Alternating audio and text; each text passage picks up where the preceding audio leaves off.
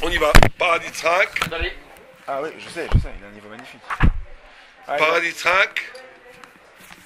3. Verba volant, scripta manent, dit le proverbe. sinon, ouais. Les paroles sont bonnes, les scripts. Il manque le petit texte, le jaune là. Le Pour jaune, les- c'est pas C'est les ça, couleurs. voilà. Je pourrais vous les photocopier C'est ça. avec grand, comme ça vous les verrez. T'es avec moi ou pas? Ça c'est parti? Très bien. En compagnie de Monsieur Barouk, sur internet. Tu peux dire, on va dire Monsieur Barouk. Hein. Voilà, le blanc on l'appelle. Encore Le une de blanc. M. Barouk. Steve, le roi du ski, On l'appelle le blanc, le blanc. Le blond. qui est devenu un Indien depuis quelques jours. T'enlèves ça, hein. C'est là, T'es là, voilà. Circle Israël, la voie de la paix. D'accord. Vous êtes avec moi? Allez, on y va. Le Rambam, Maïmonide, dans le Père Zayin, dans le 7e chapitre, Ichamed Vematzah, mitzvah assez, c'est une mitzvah positive, les saper b'tzat Mitzrayim, de raconter la sortie d'Égypte le soir de Pessah. L'élection. Dertiv, car il est écrit, Zachor et Yom Hazeh Asher Otsatem Mitzrayim. Rappelle-toi ce jour que je vous ai sorti d'Égypte. Vers Maral, le Maral de Prague, Amaral, Sefer Agvuris, Perek Sheni, ici Galam, der Akra Arebe Mitzvot, Zecher Tzat Mitzrayim Shel Kol Hayom Vayom. Vous savez que vous avez deux mitzvot de se rappeler d'Égypte. Il y en a une qui a une obligation de se souvenir de la sortie d'Égypte tous les jours. Il y a une deuxième mitzvah de rappeler la sortie d'Égypte le soir de Pessah. Or, le Rambam donne l'impression de mélanger les deux. Puisqu'il dit que le passouk qui dit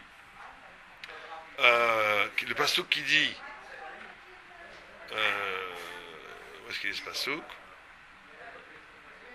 Ouais. Zechor et hayom azeh asher tzita mimitzrayim. Rappelle-toi ce jour que je t'ai sorti d'Égypte. C'est un passouk qui s'adresse à nous tous les jours. C'est pas quelque chose de spécial à Pessah. Donc le Maral de Prague attaque le Rambam en disant que c'est pas ça le pshat. On va voir. Arélédia dekra arebe mitzvot zecher ditzat mitzrayim shel kol yamot hashana. Il y a écrit tous les jours de ta vie. C'est-à-dire qu'il y a une mitzvah de se rappeler de la sortie d'Égypte tous les jours de sa vie. Parce que sortir d'Égypte, c'est quoi sortir d'Égypte? C'est quoi la notion de sortir d'Égypte? C'est quoi l'Égypte? Libérer de l'esclavage. Quel esclavage? De quoi parle-t-on? L'esclavage, la C'est trop général. La délivrance, voilà. C'est la quoi délivrance. Mitzrayim? L'Égypte. les ténèbres. Mitzrayim, ça veut dire Metzar-Yam. Metzar-Yam, c'est la prison de la mer. Metzar, c'est la prison prison. Yam, c'est la mer. Prison de la mer. Or, la mer, c'est quel gamatria? 50. Yud, c'est 10. Même, c'est 40, c'est 50. 50, c'est toujours le chiffre de l'absolu, de l'infini. 7, c'est le chiffre de la nature. 7 fois 7, c'est la nature à son maximum. C'est 49. C'est pour ça que chaque fois que vous avez 5 ans dans la Torah, vous avez un événement métaphysique du dépassement de la nature absolue. 50 jours après la sortie d'Égypte, on reçoit la Torah. Après 49 ans, il y a le jubilé, c'est le 50e année, où tout le monde est libéré. Il y a 49 portes d'intelligence, 50e, c'est Dieu elle-même. Donc la mer, cette notion de no limite, il n'y a pas de limite, d'infini. L'Égypte, c'est ce qui met en prison l'infini. Et c'est ça de lequel on sort de cette prison-là. Ah, ben, ça veut dire quoi mettre en prison l'infini? D'après vous, ça veut dire quoi mettre en prison l'infini? On n'a pas de liberté. Empêcher le spirituel. Empêcher la On n'a pas de liberté, c'est pas lié à l'infini en prison. C'est lié à nous qu'on est en prison. empêcher la reconnaissance de l'infini. Pourquoi? Il n'y a pas écrit destructeur de l'infini. Il y a écrit c'est l'infini reconnu, mais il est mis en prison. Oui, donc on empêche la reconnaissance. La On reconnaissance. empêche la personne de se rendre compte de Pour un certain temps. Et l'infini. l'enseignement. On est enfermé dans Et le... Non, l'enseignement. c'est l'infini qui est enfermé, pas la personne. C'est Metzariam. Non, donc l'enseignement. C'est l'infini qui est en prison. L'enseignement. Soyez La précis. personne d'y accéder. Pourquoi? En prison, je peux Si connaître en quelqu'un. prison, on peut pas y accéder. Mais qui vous a dit que vous n'êtes pas vous aussi en prison? Au contraire, les gens se connaissent en prison. Ils restent 3 ans ensemble dans la même cellule, croyez-moi qu'ils vont se connaître. Donc ça veut dire quoi mettre l'infini en prison? La connaissance, non? Ça veut dire, il faut écouter bien, parce que c'est ça le principe même de Pessah. Mettre l'infini en prison, ça veut dire être capable de créer une spiritualité. En Égypte, il y avait énormément de spiritualité. Avant qu'ils viennent les... Bien avant, ils avaient une spiritualité Ah oui, il y avait énorme, le sphinx, très belle, il y avait le extraordinairement profonde. Mais elle est en prison. Ça veut dire quoi? Vous savez que Créer une autre. il y a l'exercice spirituel, il est double. Et c'est pour ça que c'est très difficile de reconnaître un vrai sadique d'un faux sadique. Il y a un exercice spirituel qui est l'aboutissement d'une cause, d'une série de causes qui n'ont rien de spirituel. Quelqu'un il a besoin de reconnaissance. Il donne des cours. Donc en réalité, c'est pas la spiritualité que tu fais, c'est la psychologie. Quelqu'un il a besoin de se faire mousser, de se faire admirer. Il devient rave. Donc tu n'es pas spirituel, tu as envie de te faire mousser. Quelqu'un a besoin de donner un sens à sa vie. Il fait tchouva. C'est bien, tu me diras, l'olishma, l'olishma. Mais c'est une spiritualité qui est en prison. Ça veut dire qu'une spiritualité qui peut être expliquée par autre chose qu'elle-même est en prison. Mais En au début, Égypte, elle est comme ça, après... toujours, après- pas forcément. Mais l'olishma, tu as raison. Mais il faut savoir que l'olishma, c'est une spiritualité en prison. La notion de prison, c'est la notion de causalité. Je peux te dire pourquoi tu fais les choses. Si je peux te dire pourquoi tu fais les choses, tu n'es pas encore dans la chose. Tu es dans le pourquoi. Tu le fais pour quelqu'un, quoi, en fait. Tu le fais pour d'autres choses que pour la chose. Bah, si tu fais tchouva, Si tu fais tchouva parce que t'as peur, si tu fais tchouva parce que ça... parce qu'il faut le faire, Ah, ça c'est la vraie tchouva. Ça, c'est la vraie. C'est la vraie tchouva. C'est la reconnaissance de la vérité qui t'oblige à changer. Mais pas parce que tu as envie de changer, toi tu es très bien comme t'es. Moi j'ai connu des gens qui ont fait tchouva, ils étaient très bien comme ils étaient, ils avaient tout. Alors Mais ils ont fait tchouva parce qu'ils ont été forcés par la vérité. Ils se sont dit, si je fais pas de tchouva, je me trahis moi-même, mais j'ai pas envie de faire tchouva. Ça c'est magnifique, ça c'est une vraie tchouva. Quand tu fais tchouva parce que tu es forcé par la vérité. Ce qui t'intéresse, ça ne t'intéresse même pas. Tu es forcé. Alors, à nous-mêmes, dans notre existence, il faut toujours se poser la question du pourquoi je fais les choses. Est-ce que je fais les choses pour combler un manque? Est-ce que je fais les choses pour une raison autre que la chose que je fais?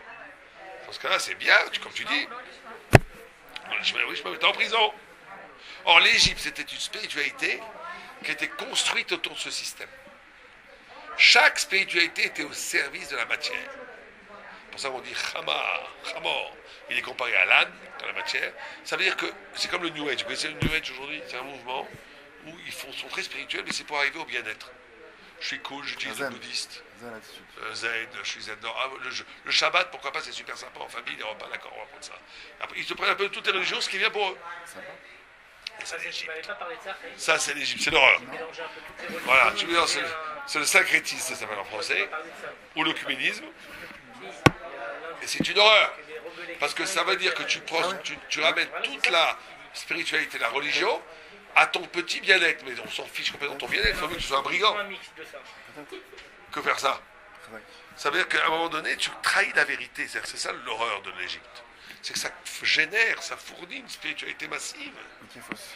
qui pas simplement qu'elle est fausse, elle peut être vraie, C'est un copyright. mais elle est au service d'autre chose que la spiritualité. Elle est au service d'un intérêt purement matérialiste. Et donc à ce moment-là, elle devient prison. Ça marche pas. Elle ne te libère pas. C'est de la tri. Une vérité qui te libère, c'est une vérité qui t'oblige. C'est une vérité qui t'oblige. Une fois, j'avais demandé à un grand Rav Raveman, je lui ai dit, comment ça se fait qu'il y a des gens dans l'école libre, ils pensent pas bien. Ils sont bêtes. Dans l'école, dans les Shiva, ils sont bêtes. Des fois, ils sont bêtes. Mais ils sont très marmires. Ils font la Torah. Et je vois des gens que je nommerai pas, Eisenberg et compagnie, qui sont des gens très intelligents, je dois l'admettre, très intelligents, et qui connaissent beaucoup de judaïsme. Mais beaucoup.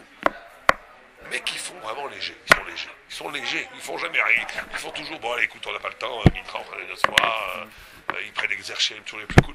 Ils sont toujours dans la coulerie. Comment c'est possible, je parle? Que celui-là, il ne sait pas penser, il est marmire, et l'autre, il sait penser, et il est. Et il m'a donné une très bonne phrase. Il m'a dit, parce que la pensée, elle te libère de l'obligation. Donc ça veut dire que quand tu commences à penser, tu es libre. Et ça, c'est le grand danger de la pensée. C'est le grand danger de l'intellectualisme. Tu te sens libre. Tu te sens libre.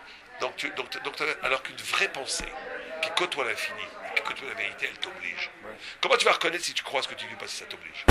Si c'est juste une option, T'as pas envie de le faire. si c'est juste une option, c'est une fausse pensée. C'est du baratin.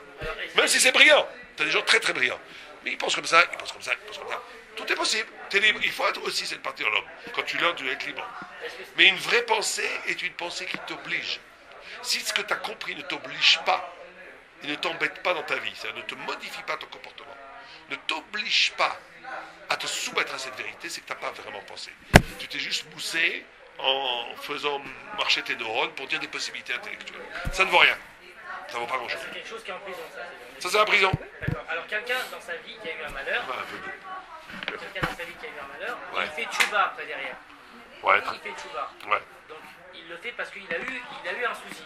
C'est pas grave. Le malheur peut être la révélation d'une dimension de la vie.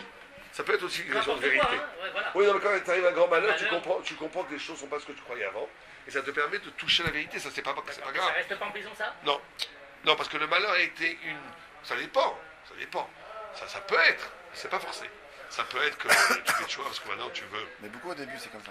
Mais c'est pas grave. Je dis pas que c'est complètement négatif. Je dis simplement qu'il faut savoir que c'est une spiritualité en Et prison. c'est une démarche C'est que le vrai libre. qui est obligatoire, souvent au début. Le vrai libre, le Tzemut Raham est un homme libre. Pourquoi il est libre? Parce qu'il n'est soumis qu'à Dieu. C'est tout.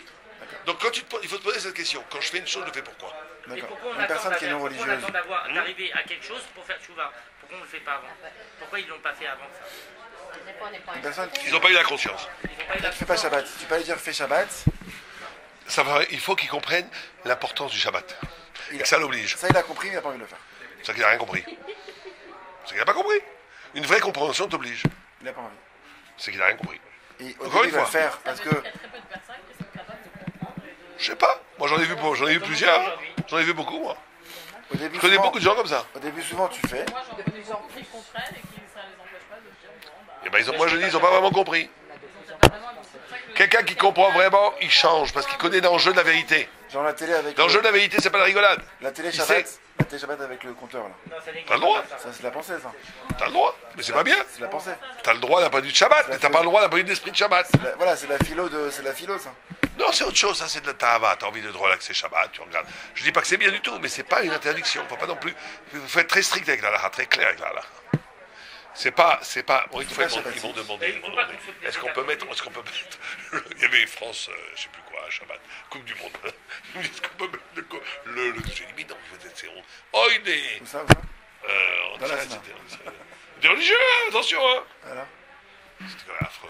C'est pas Shabbat. Oui, mais ils ont un pied à l'arabe, strictement à l'arique. Ils ont le droit. Ils ont le droit, mais c'est pas l'esprit de Shabbat, il y a aussi l'esprit de Shabbat. Bien. C'est pas Mais Shabbat. si c'était interdit, ça aurait été interdit. C'est pas Shabbat. Exactement, je te dis pas que c'est interdit. Non, mais si ça devait être interdit, ça aurait été interdit. Ouais. Non, mais il y a l'esprit de Shabbat. Shabbat, tu peux déplacer tous tes meubles chez toi, mais c'est pas bien. Bon, il y a écrit qu'il faut rester dans l'esprit de Shabbat. C'est moussé. Non, tes meubles sont pas mouxés. Tu peux déplacer à l'intérieur de chez toi. Attends, dehors. chez toi, tu Ouais, peux. c'est couvert. Mais pas dehors. Dehors, c'est mouxé. C'est interdit. Parce que c'est couvert, il y a un toit. Bien, en tous les cas. C'est moussé. Vous êtes avec moi ou pas? Bien sûr. Donc on dit. Oh. Donc on dit ici. Oh. Zechor et Ayom Hazeh, Tze'en, oh. Donc maintenant, l'autre problématique qu'on a, c'est que le Rambam a inscrit la mitzvah de raconter Pessah, de raconter la sortie d'Égypte à Pessah. Il a cité un passouk qui normalement est distribué, compris, est attribué à l'obligation quotidienne de se rappeler la sortie d'Égypte. Alors comment ça se fait qu'il y a eu ce mélange dans le Rambam? C'est bizarre, non? Arrêlez, Dion, c'est écrit.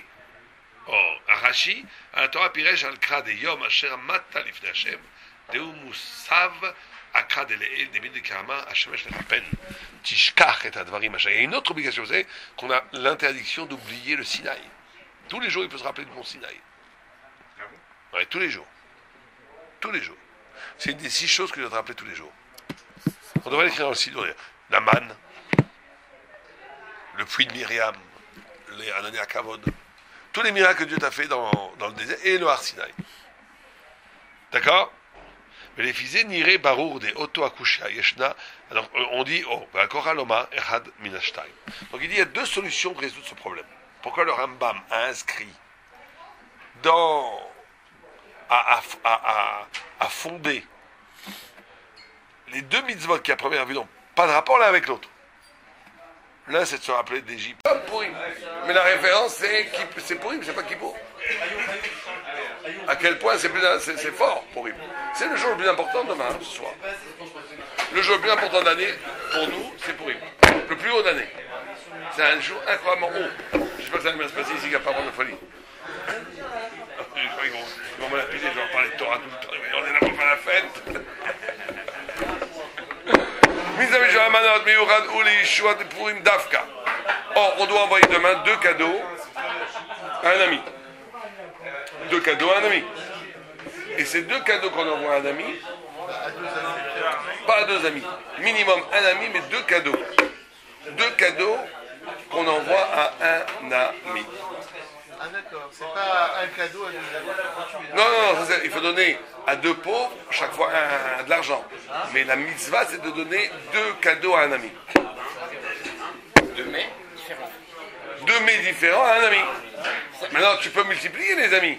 Mais le minimum syndical, c'est d'envoyer 2 cadeaux à un ami. 2 mets qui soient différents. Tu peux envoyer boissons et solides. Mais c'est bien de faire 2 brachot, tu ça pour c'est pas, t'es pas obligé. Tu peux m'envoyer 2 morceaux de viande s'ils sont différents. L'un une côtelette, l'autre un... Ah, vous voulez dire que dans le cadeau, il peut avoir 2 mets différents. Il faut qu'il y ait 2 mets différents. Mizat Sharmanot, Miuchad ou les choix des Purim Dafka. Niglana Pam Ata Emilita Shechal Torem Bikiu Mitzvazé. C'est pas nous, c'est pas nous. Non, c'est pas nous.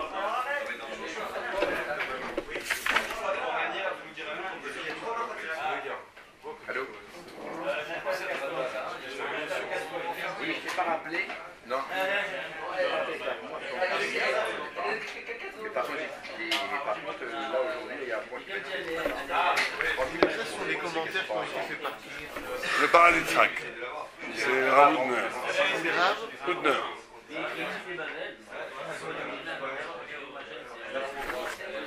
Bah d'accord, mais si quelqu'un qui peut s'organiser, c'est pas.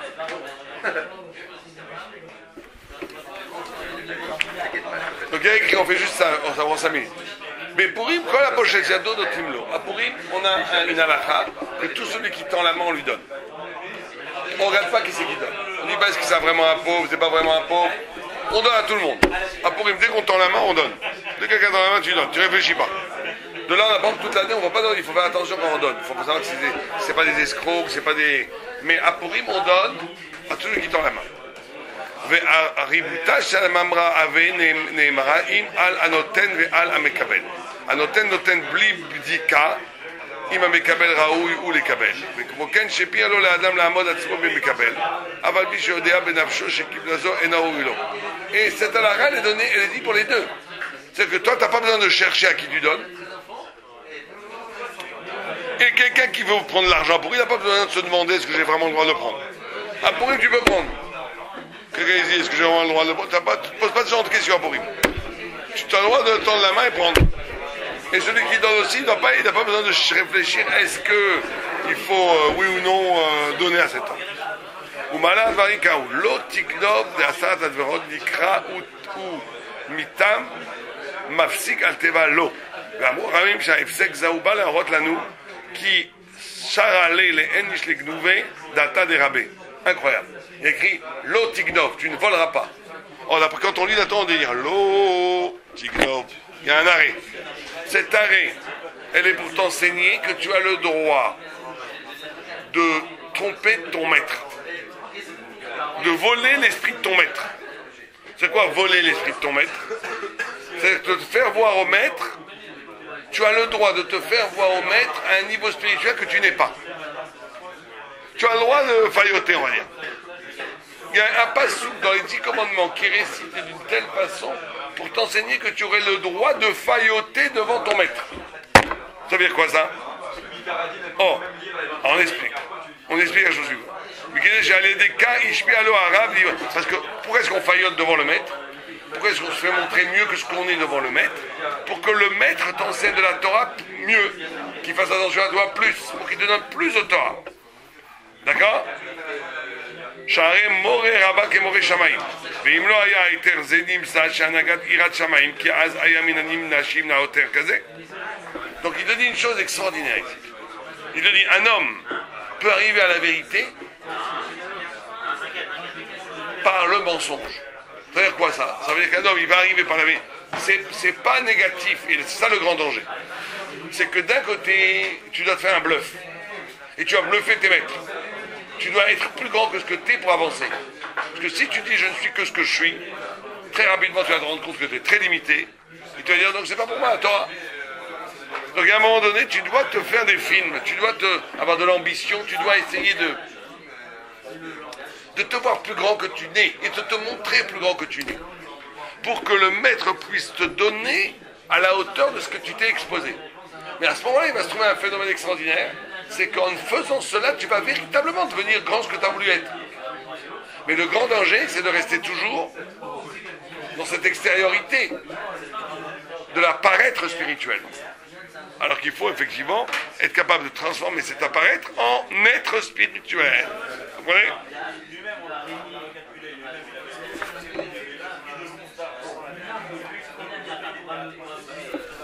Bien, on va arrêter là, c'est ce qu'on voulait dire aujourd'hui.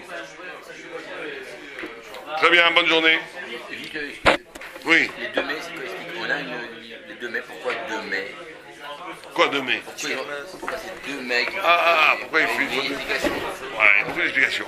D'abord, toute la raison pour laquelle on envoie des il y en a qui disent parce que c'est boisson, bois, un repas c'est boisson. Solide liquide. Mais comme la halakha n'est pas comme ça qu'on peut envoyer aussi quelque chose qui est deux solides, c'est la notion du ribouille, la notion du peu. Tu montres que tu veux lui donner beaucoup. Quand je donne un cadeau, c'est bien. Quand je donne 2 cadeaux, regarde avec ta femme, si tu donnes un cadeau, elle te dit attends, non, je t'apporte un deuxième cadeau. Elle te saute, elle en veut plus. C'est la notion, parce que toute la notion de Shlach Manot, c'est la notion de multiplier l'amour entre le peuple d'Israël. Pourquoi? Parce que on reçoit la Torah. Or, on ne peut pas recevoir la Torah s'il n'y a pas de Ichud Am Israël, si on n'est pas ensemble. Si on n'est pas tous ensemble dans l'amour, il y a une notion d'être ensemble dans l'amour. Donc, vous avez dit tout à l'heure, il n'y a pas de teshuva pour les gens. Non, c'est pas qu'il n'y a pas de tchouva, c'est que la Torah ne vient pas de la tchouva. La tchouva, il n'y a pas par le regret du mal. La Torah qu'on reçoit pour Purim, elle ne vient pas de la tchouva. Ça, c'est Kippour. La Torah qu'on reçoit à Purim, c'est la capacité de dire, de te reconnaître dans le bien. Pas te reconnaître dans l'abandon du mal. Et c'est le plus grand secret de Purim. Le plus grand secret de Purim, c'est d'arriver à un niveau de ivresse où je découvre au plus profond de moi une volonté qui est la volonté de Dieu elle-même. Quand tu arrives à ça à Purim, waouh, c'est le grand flash. Big flash. Mais c'est dur, hein, moi j'ai essayé on arrive là, parce qu'il faut pas énormément pour ça. Il faut arriver à un découvert de toi-même, où là la vérité de toi-même sort. On va bien rigoler demain, je crois. Hein? Et on va essayer. Il y en a qui se tu vois ce qui sort. Il y en a qui sortent, c'est affreux. Ça sert rien. Genre des bêtises, quoi. Des grosses bêtises. Non, mais pire. Ils disent qu'est-ce que c'est. Non, moi j'ai vu des Avrechim qui commençaient à dire qu'est-ce que je fous de ma vie. Il y a pas d'horaire demain. Ah ouais? Des horreurs. Des gens qui regrettaient leur vie de Torah. C'est lui qui m'a dit que. Qu'est-ce que ça fait? J'ai arrêté.